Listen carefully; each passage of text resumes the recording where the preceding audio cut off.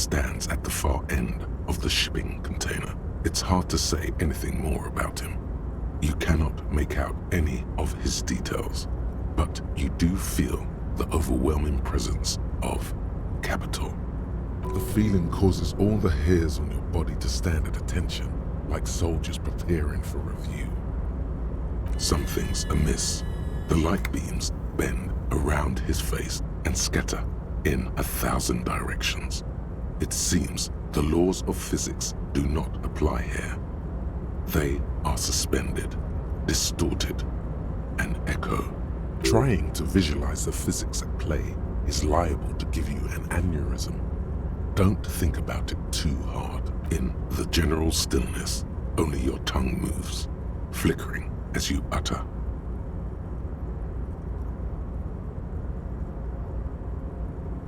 Welcome. Come in. Make yourself at home. Sorry, I'm not better able to receive you. I wasn't expecting visitors today. You can't hear him exactly, yet you're able to understand every word he says. It is very strange. An overwhelming hum covers everything. Voice doesn't escape from him. Now, what can I do for you, good sir?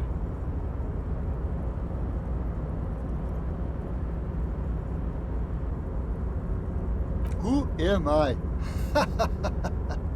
Oh, I haven't been asked that question for such a long time. I don't meet a lot of people outside my circle these days. Anyhow, my name is Rustam Diodore, investor, license holder, and extremely high net worth individual. And you are? Pleasure to meet you, Harry. Though I'm sorry to hear a good public servant like yourself is in servitude to the drink. A man can't serve two masters in my experience. To be perfectly blunt, I inherited my fortune from my grandmother, who herself was an extremely high net worth individual back in Grad. All I did was take her fortune and invest it prudently. Believe it or not, it takes more than a bit of skill not to blow a vast fortune on sailing boats, bad choices, and unsupervised state policy. Actually, at the level this guy is, it takes several generations to do that. But all right.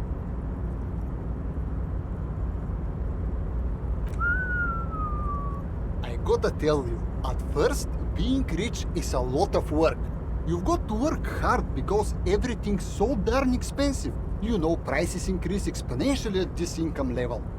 But then, once you've reached my position, it's nearly impossible for me not to make money. My assets are so diversified that I'm bound to come out ahead no matter what. Some of my lower net worth friends say to me, "But doesn't that take all the fun out of it?" And I tell them, not really.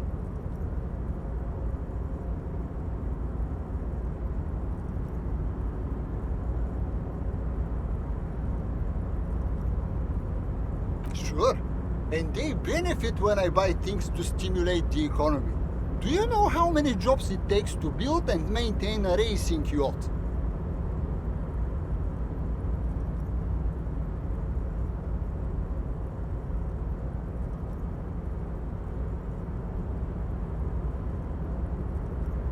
Dozens, at least. Of course, in the future, it'll all be automated. But my point is this. Every man gets what he earns. It's the height of tyranny to take that from him. It is truly. It's almost entirely carefree. It really leaves you time to better yourself spiritually. Hey, all this talk about money has made you lose the thread. What is going on with the light in this place? That's what you need to ask him about.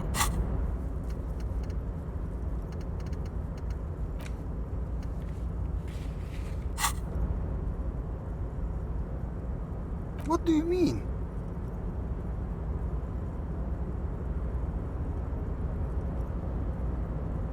Are you talking about my chin? Oh, that's what you mean. Yes, I've heard of this effect, though I've never witnessed it myself, of course. It has something to do with our Weiss-Wiesemann coefficient. The Weiss-Wiesemann coefficient is a ratio designed to reflect the difference in net worth between individuals. When the coefficient is close to 1, or 100%, it means one person possesses all the net worth among that group of individuals. It's been observed that when the Weiss-Wiesemann coefficient reaches about 0.96 or so, the laws of physics begin to bend around the high net worth individual. The Weiss-Wiesemann coefficient for you and this individual appears to be 0.9998, repeating. That's not good for you. Among other things. But calm down. I'm but a lowly single-digit billionaire. No, not really. There are actually quite many digits. Traveling. This is a great way to get around. It's fun, it's safe, and it gives me lots of time to think. By the way, let me now ask you a question. Where are we exactly? In the very, very early days of colonizing this archipelago, the kingdom of Surens, a precursor of a modern Sur-le-Clay, used to own the city of Revachol, an obscure detail in the bigger picture, but still worth dropping. Ah, a fellow history buff. I myself am currently reading up on Franco-Nigerian era trains. Very interesting stuff. It's a shame I can't get out and explore myself.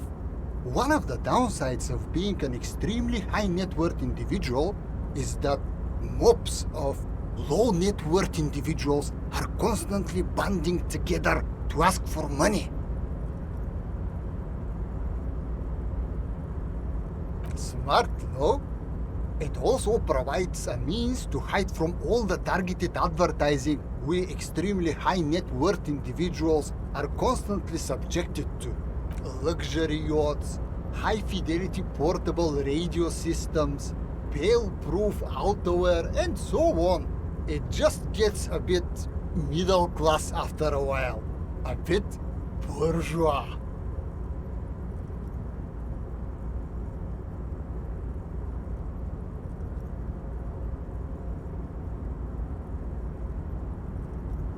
What? No, I didn't say that at all. Being rich is great. Just don't tell anyone I told you that. Sure, let me check my pockets. As you may know, us high net worth individuals do not have a lot of cash on hand. Investments and liquidity are enemies of one another. I think I only have coins for coffee machines. Here is 3 real. How much can you get for this?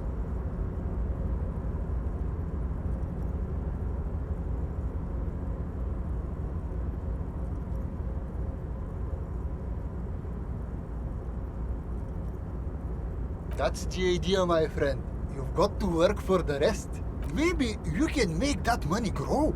Come up with an investment plan. How's that sound? If business planning were really your strong suit, you probably wouldn't be a cop. The volunteer police force. And why would I do that?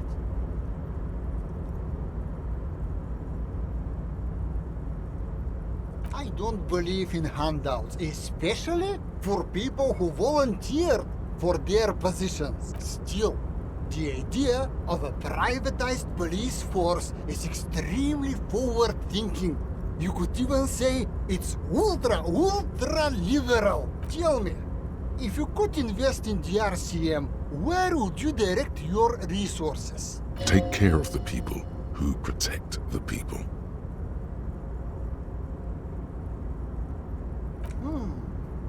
I don't believe in giving anyone money for nothing, but maybe there is something to using market incentives to improve performance. You need to think bigger. The entire org structure of the RCM needs to be redefined. You need a unified chain of command, an end to petty spots between precincts, new metrics for measuring performance that reward real police work. Does that sound right? Precisely. Which is why I'm not going to do it. Why would I do that when I can speculate on exotic financial derivatives from the comfort of this shipping container? The thing about investing is that the less work you have to do, the better. Don't overthink. That's what return on investment means. Now, was there anything else I could help you with? It was a real pleasure. Sadly though, my current lifestyle prevents me from remaining more than a brief time in any one place. Perhaps we'll meet again, somewhere far away. Farewell, friend, and may your peace of mind guide you to happiness. Kingdom of Conscience. The Kingdom of Conscience will be exactly as it is now. Moralists don't really have beliefs. Sometimes they stumble on one, like on a child's toy left on the carpet. The toy must be put away immediately, and the child reprimanded. Centrism isn't change, not even incremental change. It is control over yourself and the world. Exercise it. Look up at the sky, at the dark shapes of the coalition airships hanging there. Ask yourself, is...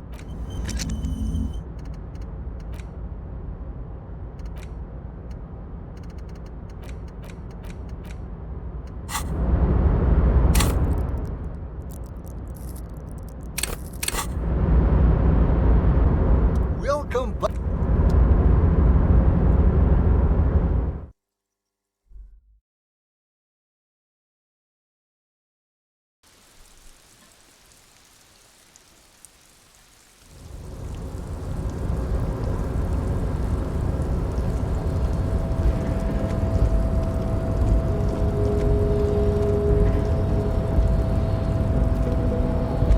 Rust in control.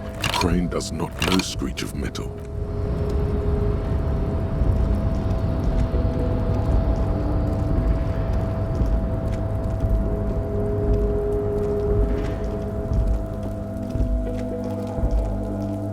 This is the...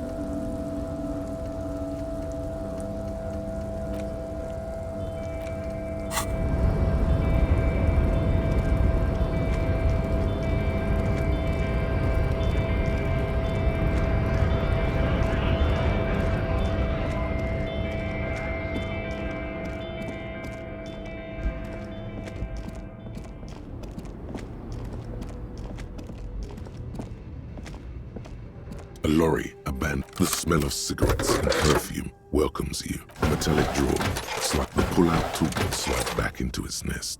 The rest is you wedge yourself under the steering wheel. but one sandpaper adds extra grip. The movie stars enclose the rust.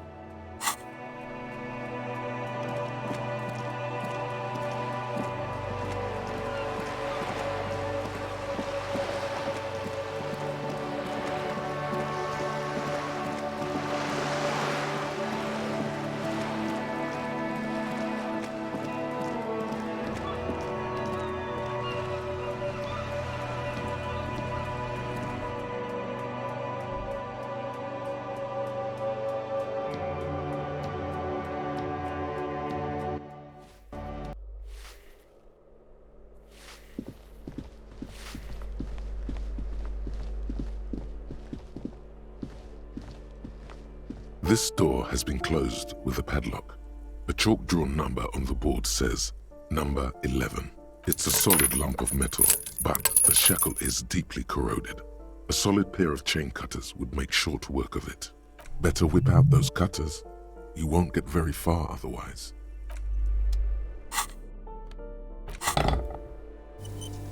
This door has been closed with a padlock. A chalk-drawn number on the board says number 11. What are you doing? You're trying to cut the body of the lock with the...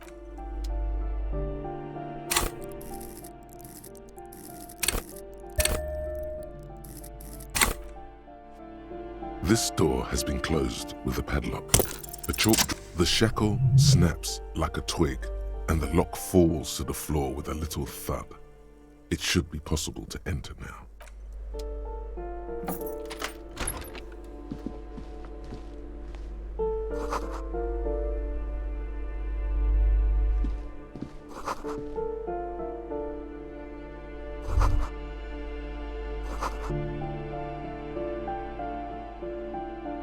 A plaster cast bust depicts a middle-aged man with impressive sideburns. The name on the plinth reads Kraz Marzov.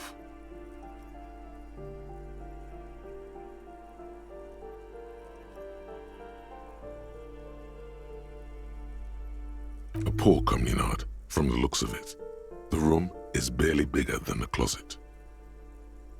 The bust doesn't reply. The hallway behind the door is empty. No one heard your words. The bust doesn't reply. The hallway...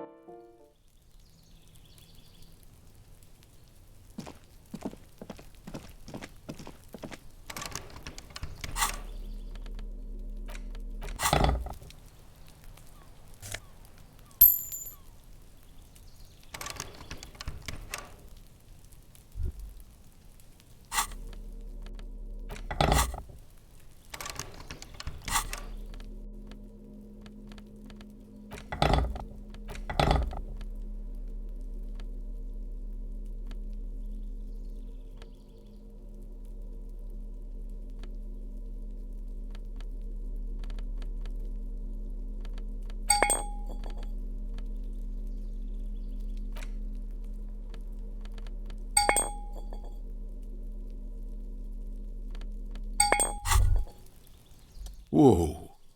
In your hand, Pyrrolidon, the double rainbow of synthetic hallucinogens, rare and gritty, a product of the age of atomic power. What a funny little cap. Don't let the scary medical warnings throw you off. It's an inadequate antidote to radiation poisoning, but a potent antidote to boredom. The container is warm to the touch, or is that just the anticipation? You screw the lid open and look. A little slit on the side lets you just slurp it up, like an oyster. You suck a manly dose of the extremely chemical-smelling liquid into your mouth. There, it seeps into your tongue. When you swallow, it's already almost all gone. It tastes like many things, all melting into one conflagration in the back of your throat. As you look around, the world slowly exists, as it did before. Only now, gentle flames lick at its edges, as though it were a photo burning. Not really. It's just a metaphor. The effect of that otherworldly drop of liquid is slower, more subtle than that of real flames, yet just as warm. Why not? This government-developed substance seems very non-intrusive. You could even operate heavy machinery, fire machinery. Already you can tell you're going to be slurping a lot more Pyrrolidon. This stuff is going to give you insight into that little flickering light hidden in all human beings.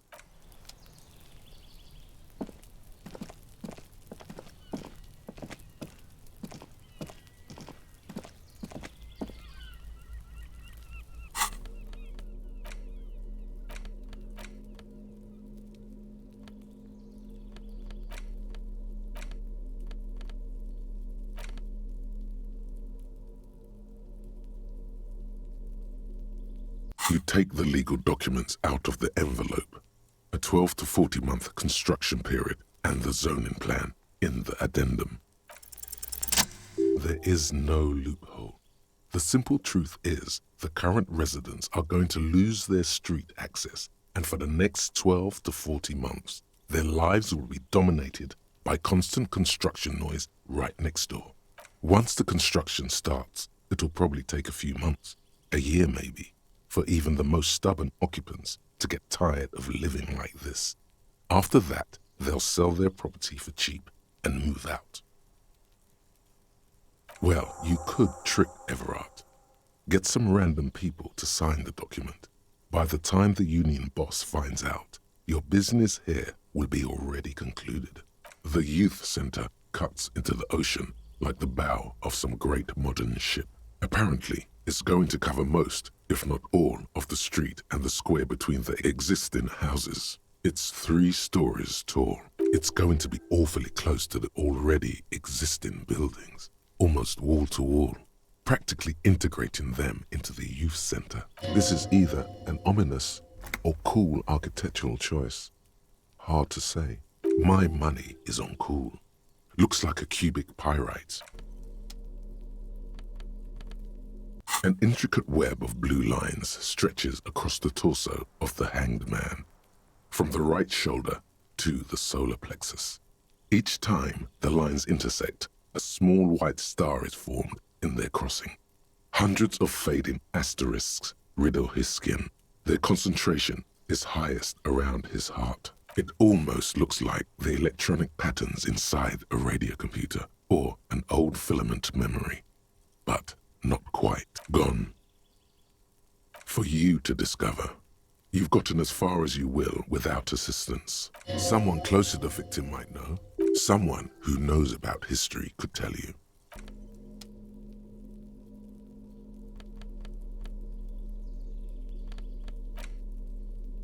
The front of this quarterly journal features a large satirical portrait of the late King Friesel. From the sides of his head, a pair of white antlers spread to the corners of the cover. Because Friesel was incompetent, foolish, and cruel. In short, the embodiment of everything the communards wished to to overthrow its satire, you see. To your disappointment, there aren't any full-color pictures to direct your attention. Just column after column of closely set text, interrupted occasionally by little doodles in black and white. After rifling the pages with your thumb several times, you return to the table of contents. The magazine is divided into several sections: international developments, Kunst und Kultur, and local concerns. Just inside the cover, there's also an editor's note. Comrade, as you know, this journal takes its name from Mazov's immortal expression, du cristal à la fumée.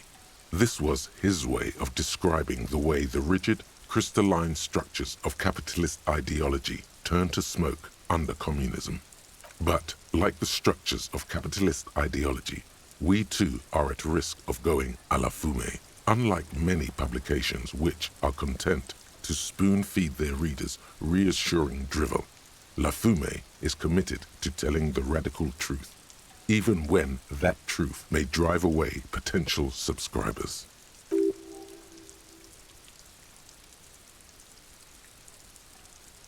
So please, if you value our radical Mazovian perspective on contemporary politics, culture, and international affairs, please consider subscribing today. Yours in struggle, the editors. You flip back to the front of the magazine. The table of contents unfolds before you.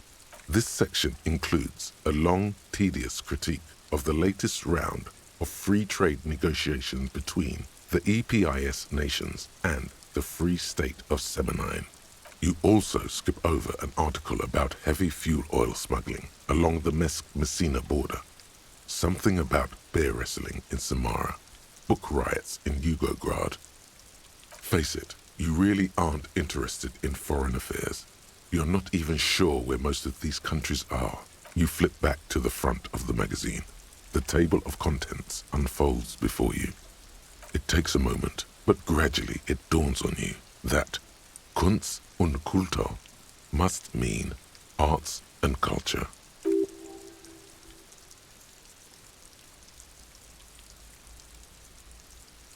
It evokes a sense of recognition and fellowship among those privileged enough to understand. As you leaf through this section, you come across several reviews of recent radio plays, as well as a brief artist spotlight featuring a local artist identified only as CS. The main feature, though, is a long essay titled Tip Top Tournée, a critical Mazovian perspective. The Tip Top Tournée is an inter-Isolari racing series, mostly known for its high speeds, ludicrous sponsorship deals, and high death toll. In Revachol, it's held quadrennially on the prestigious Zero Carousel racing circuit. You flip back to the front of the...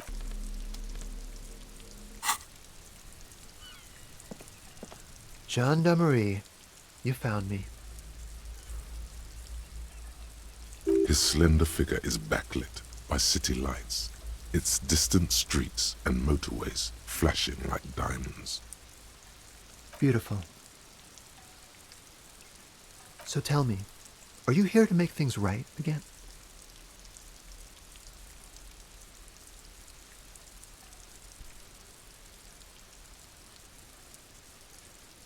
Beautiful. I have some good news for you. My Sunday friend is visiting me tonight. I told him about you and he'd like to say hello. Step in. He's already waiting. Trust me, you do.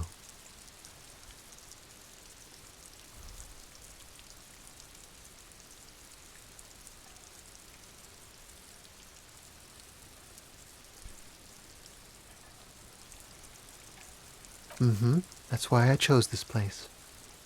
Martinez is special, isn't it? That's nice, but I don't have anything to tell you. It's my friend you're looking for, not me. He takes another drag of his unfiltered cigarette and looks around. It's getting dark and the neighboring windows have lit up, one by one. Downstairs, a cat crosses the yard, disappearing into the bush. Besides, I've got to run. He's going to leave you alone again. That's sad. To the city. It's a beautiful night. We'll talk. Just not tonight. Take care, all right?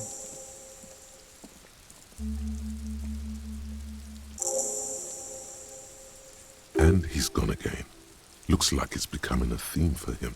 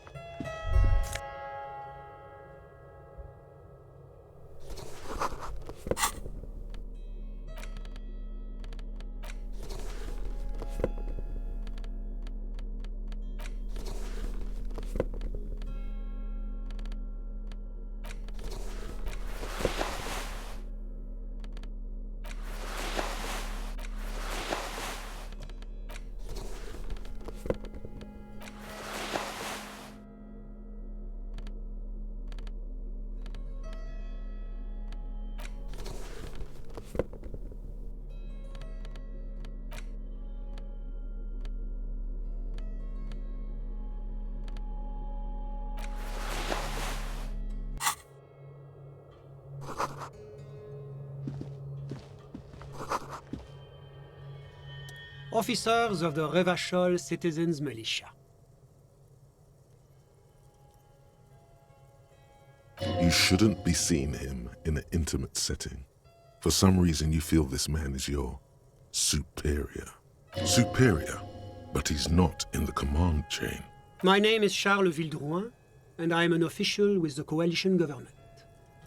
I work for the Institute of Price Stabilité on assignment from Sur-la-Clé. I heard you talking to my friend outside. Very good. Super. I am here to assist you in any way possible. Ask me about the hanging.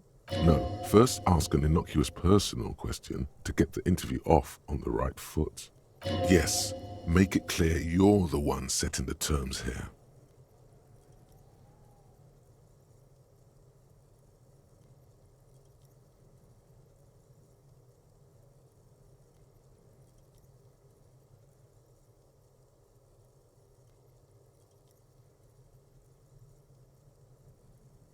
Oh, we got it from an atelier in the East Delta Commerce Center.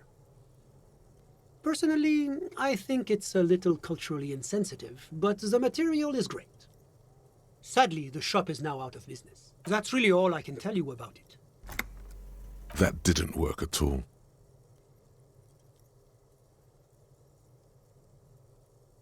Ah, my friend. My friend is a good young man. His family immigrated here from Kedra, and life has not been easy for him. But he understands the importance of education. He has taken his future into his own hands, and that's all that matters. How did any of us become friends? Bad things happening on the Insulindian Isola? Oil platforms ablaze in the night? Civil wars lasting for years? Finally, the international community is forced to step in.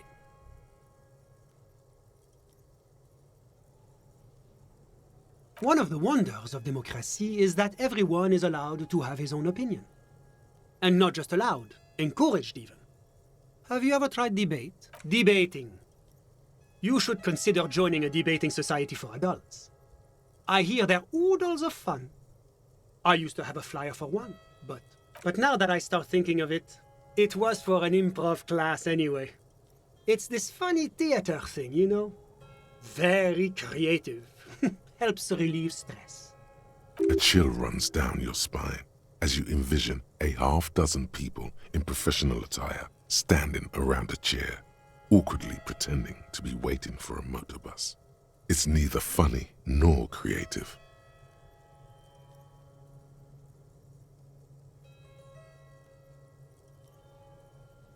Kedra is a candidate member of APIS. But, between you and me, their potential membership is a more contentious issue. That it's never going to happen. They entered negotiations in 21, and it's been pending ever since. EPIS is a very special program developed by the Moral Intern to support certain Occidental nations. It began as a unified system of weights and measures, which proved to be a wild success. Nothing but kilograms and centimeters as far as the eye can see.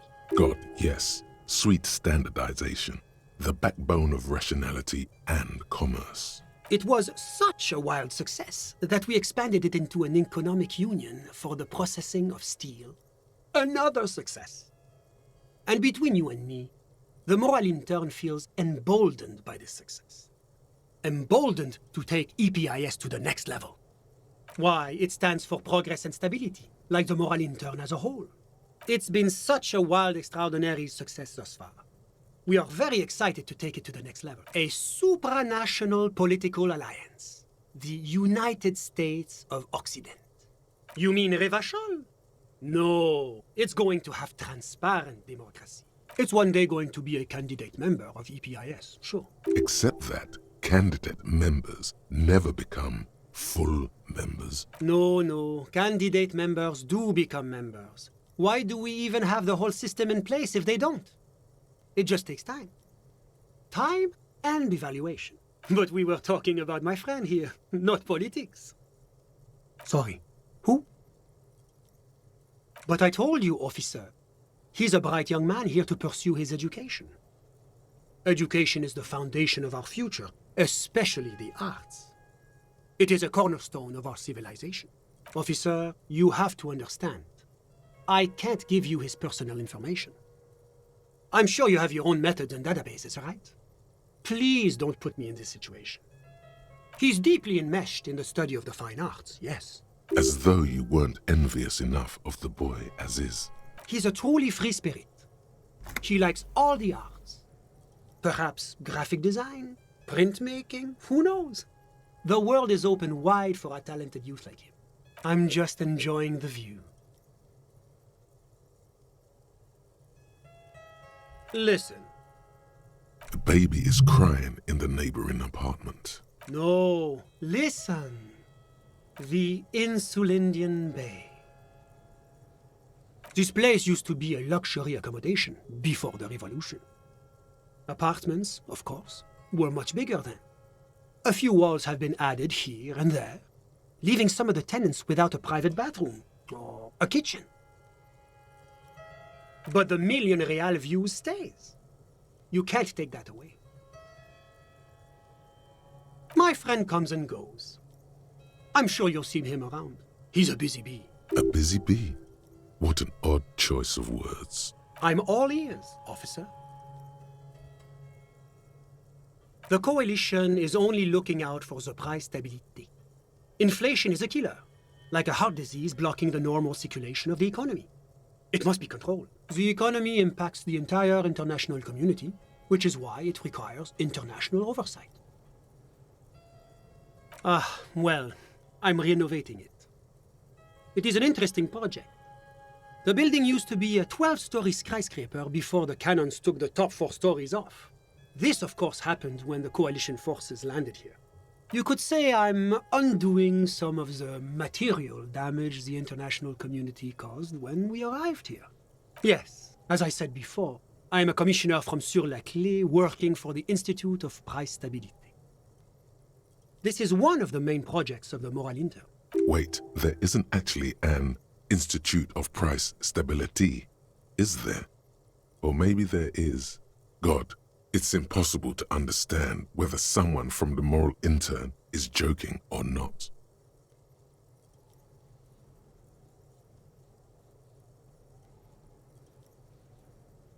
It is the most important thing. It's the central goal of any sound monetary policy.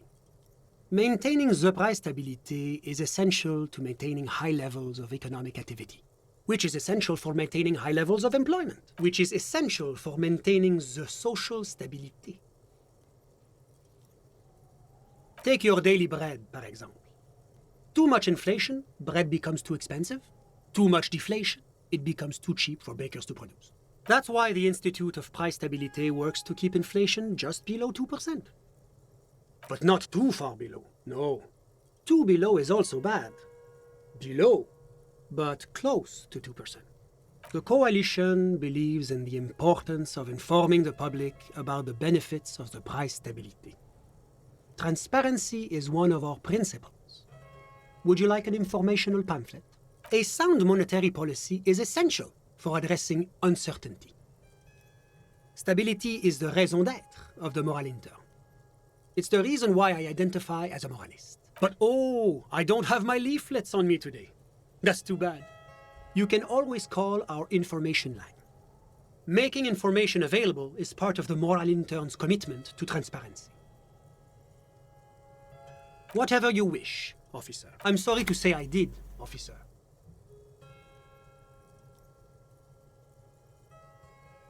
Officer, it's very difficult to describe what I saw that night. It was so surreal to me, like in a play. He holds out his hands and blossoms his fingers, like a drama teacher setting the scene. No. I mean, it was so strange. I could barely believe what was happening. I was on the balcony when it happened, getting some fresh air. I remember that first they came in, carrying what looked like a body. And then I saw all the surrounding windows go dead, one by one. That's when I understood. I should not be seeing this. I couldn't see their faces well, and there were quite a few of them. But they were very loud and very Martinez. Let's just say that the laboring classes can get rather expressive with their profanities. I couldn't see their faces well, and there were quite a few of them. But they were very loud and very Martinez. Let's just say that the laboring classes can get rather expressive. I couldn't tell you exactly. Less than 10. Maybe 8? Sound familiar? That matches the prints you observed at the scene. That's a giant you're describing. No, they were all quiet. I went back inside. Officer, the yard was pitch black. There was nothing to see, but I could still hear their voices. They were threatening to kill that poor man. All men, I presume. But again, I couldn't see very clearly. That doesn't quite comport with what you know. Don't forget the lady driver. It's possible, officer, but I cannot say with certainty. I believe they were mostly white, though I believe I saw 2 Areopagites among them. And I am quite certain that one spoke with a Mesk accent. Well, that's the strangest part, officer. Nothing happened. Eventually, their shouts died down, and that was all. There were no gunshots, no celebratory shouts, no anything. You're right, of course. That is what one is supposed to do in such circumstances. I was simply in shock. I'm afraid I don't have anything else to add. All I can say is that it was late. My watch. Yes, now I remember. It was 30 minutes past midnight, give or take. No, I didn't see the corpse until the following day. I'm sorry I couldn't be of more assistance. A moment. Do you have everything you need from me? I'm afraid we won't have the chance to speak again once you leave. It's against diplomatic best practices for an official in my position to be discussing murders with local militiamen. And I'm pressed for time. After you leave, I should be leaving as well. That's not the real reason he's so apprehensive. Men in his position shouldn't be seen loitering around in underprivileged young men's apartments in the middle of the night.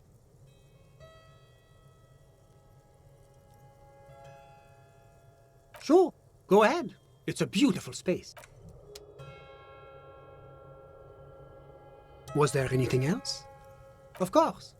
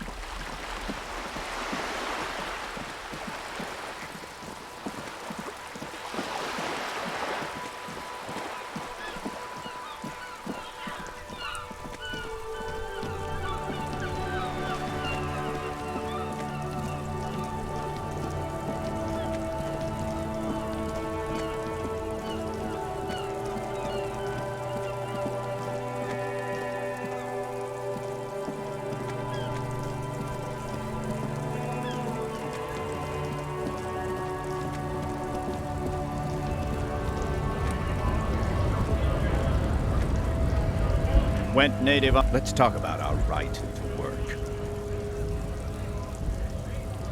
Don't think so. Suddenly, this feels like a really, really bad idea.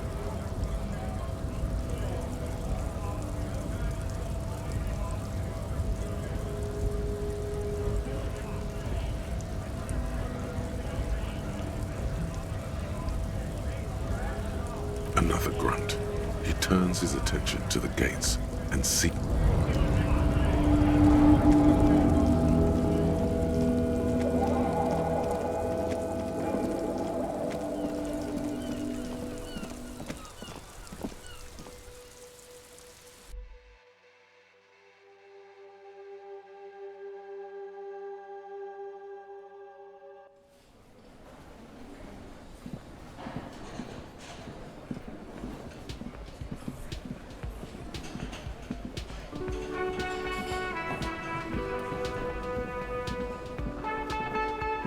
You see a heavy steel, the cobalt, it leads to.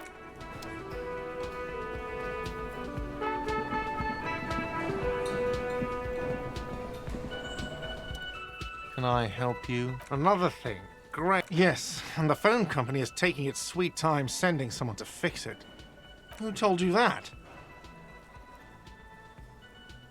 Fine, yeah, it looked like someone had messed with the wiring. It was shortly after the hanging, but I don't know if it's at all related. Plenty of assholes around here who aren't murderers. If you do find out who cut the line, though, let me know so I can forward them the repair bill. Yes?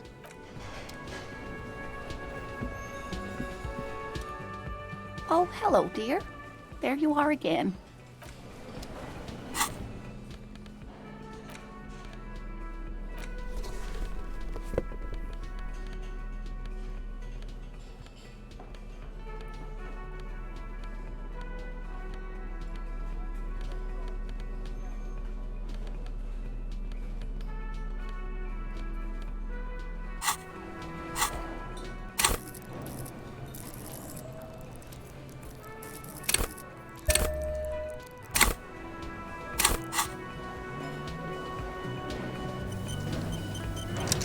Oh, hello, dear. There you are again. There's really no point in manipulating anyone. She'd be only too pleased to tell you about her work. Go on and ask. Oh, I'd be delighted. Truth be told, I could really use the company too. That would be the Giant of Kokonur. The Giant lives in the most arid parts of the vast Kokonur Desert in South Samara, casting a strange light across the barren wastes. A mirage or a psychogenous luminance. No one knows for sure. It is like an awful mountain appearing from below the horizon and expanding to cover almost a third of your field of vision. The towering luminosity of Kokonur is a bad omen in local folklore. Some say it's a fata morgana, others, fate unimaginable. That's what makes it so peculiar. A species surviving at the very limits of scientific law. The Giant of Kokonur must be the largest animal the planet can support. There are limits, you see, to how large a metabolism an ecosystem can beget. Some say a gravity anomaly below the Kokonur Desert might allow the creature to grow to these gargantuan sizes.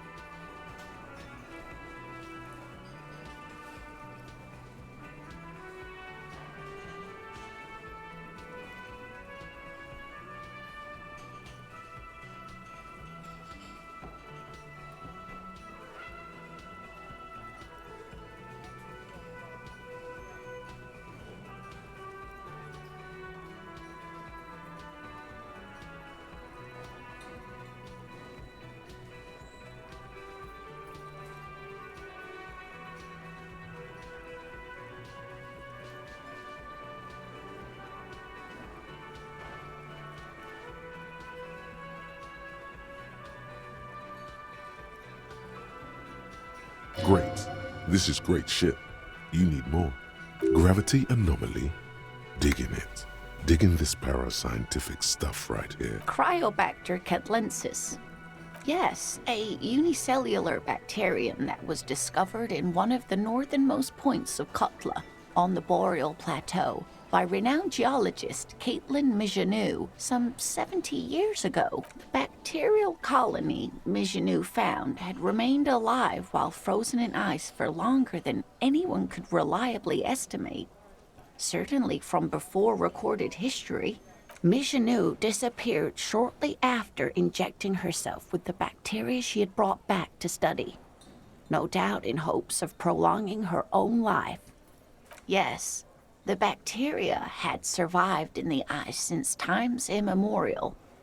It is not hard to see where she could have gotten the idea.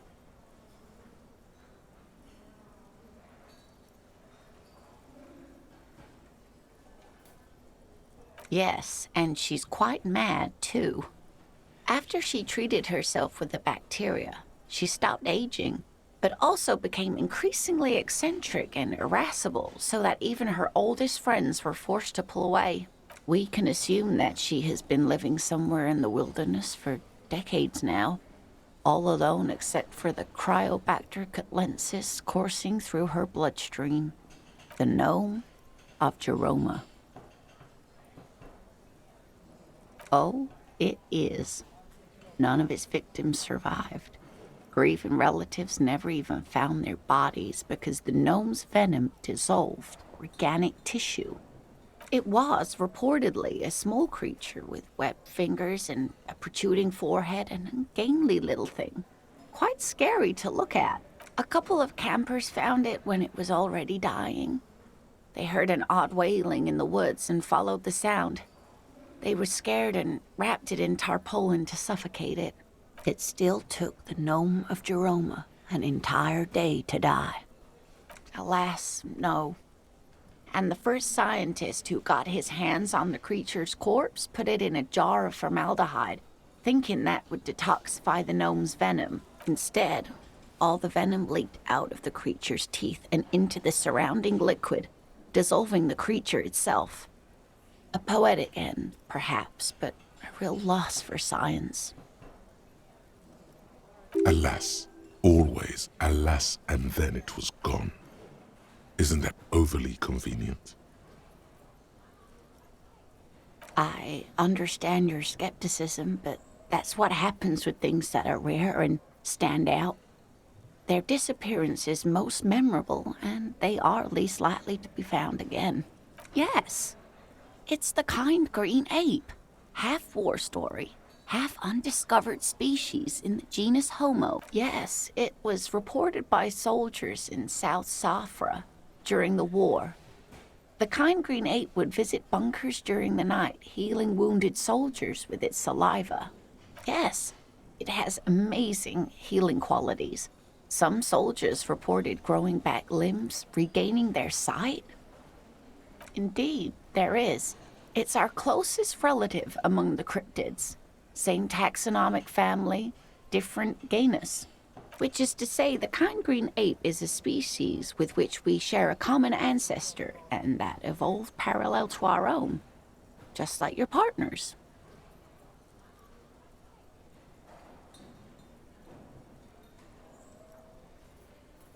I didn't mean to imply that Saolites are in any way inferior to us. In some ways, they are superior. Every species has its advantages and disadvantages.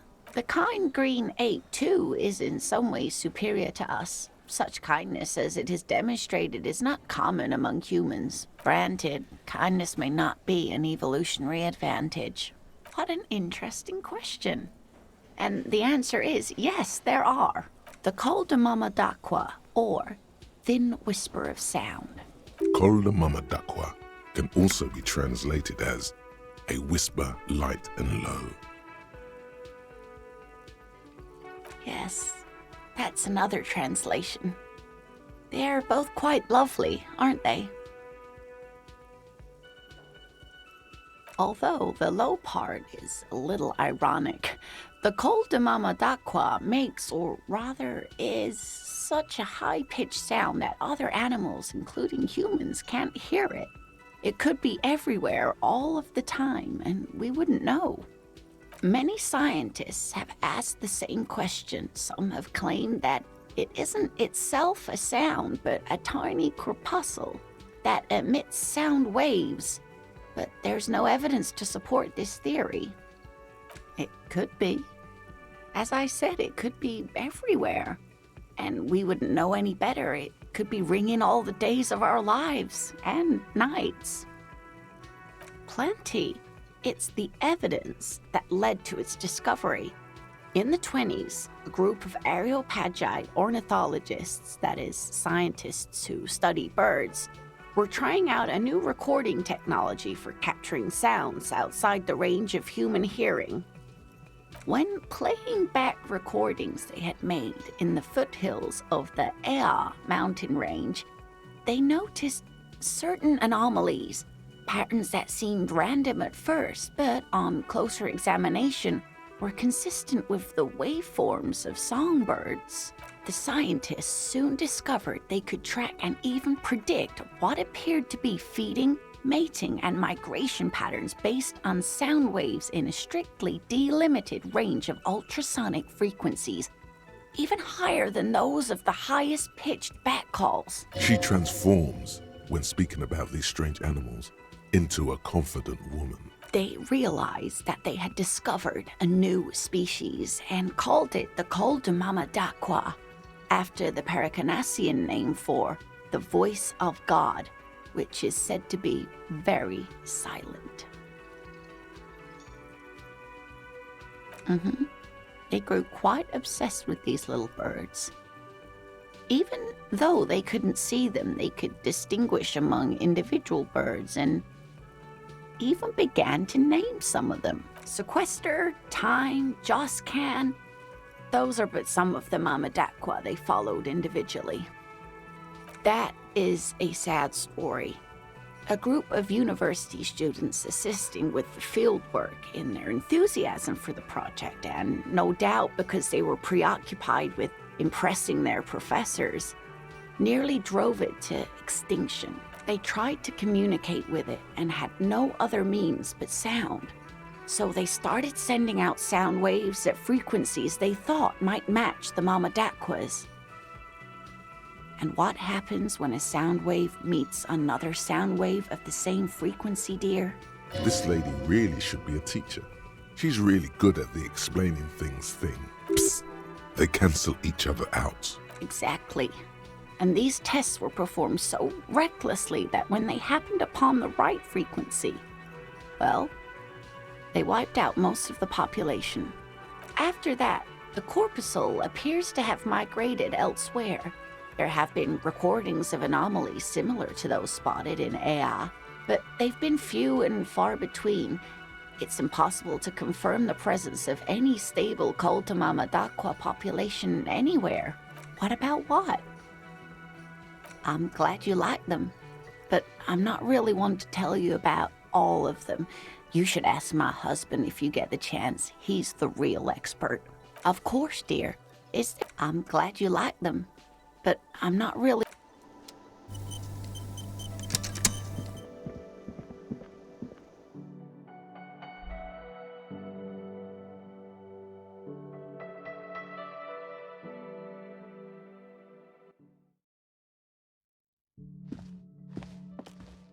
The door is closed.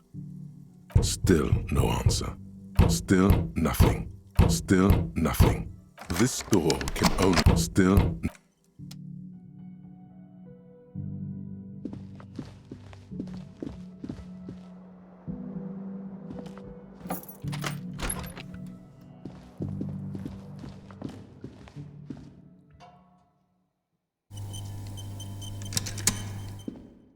A mirror hangs on the bathroom wall.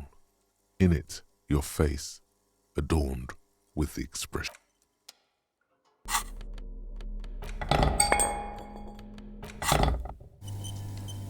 A mirror hangs on the bathroom wall. In it, your face. The chain cutters slip out of your hands. Still not happening. It won't. The bed is still cold from the broken window. The bed is still cold from the wind blowing in from the broken window. The mattress creaks as you close your eyes and try your hardest to fall asleep. Here we are again, my broken bud. The waves are coming, carrying you away. But you can't go. No, you have to stay. Always half aware of yourself. You're not cooperating. Brother man, it's your disgusting body. Even through your sleep, you feel a vague discomfort suffusing it. Your belly and your sides are unpleasantly tender. You wish you could curl up into a fetal ball of safety. But you cannot, because of the pain. That pain in your right side is your enlarged liver, by the way. As for your kidneys, you've really been compounding the damage lately. But this suffering, it must have some kind of meaning. A story that will come out of it. Perhaps even a story that you will write yourself.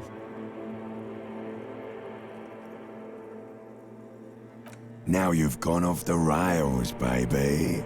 Now you're stuck sitting here by the tracks, admiring the wreck around you. You just can't help it, looking at yourself. The sum total of your accomplishments. You're just stuck here, in the half-world. Could try looking at other people, really looking. But why would you want to start doing that?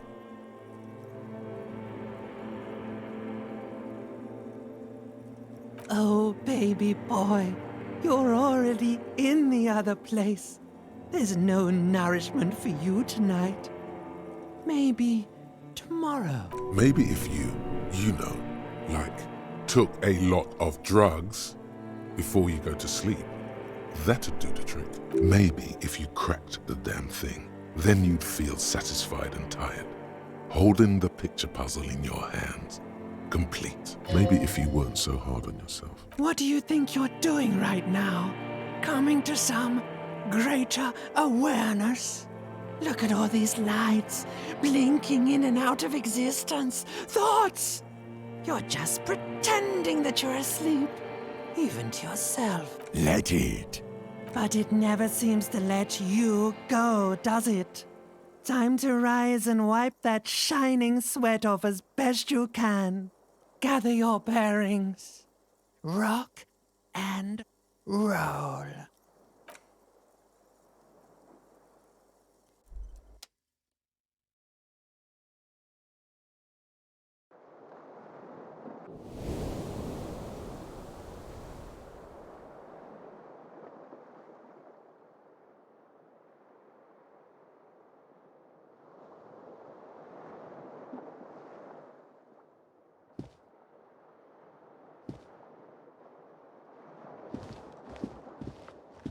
The window stands broken in its frame.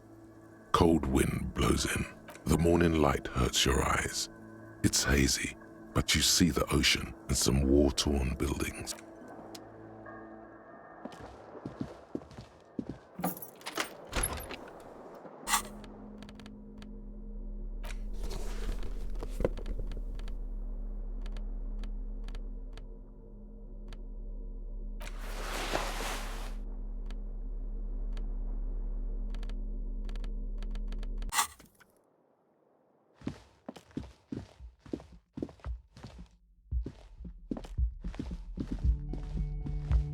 The door is closed. Still,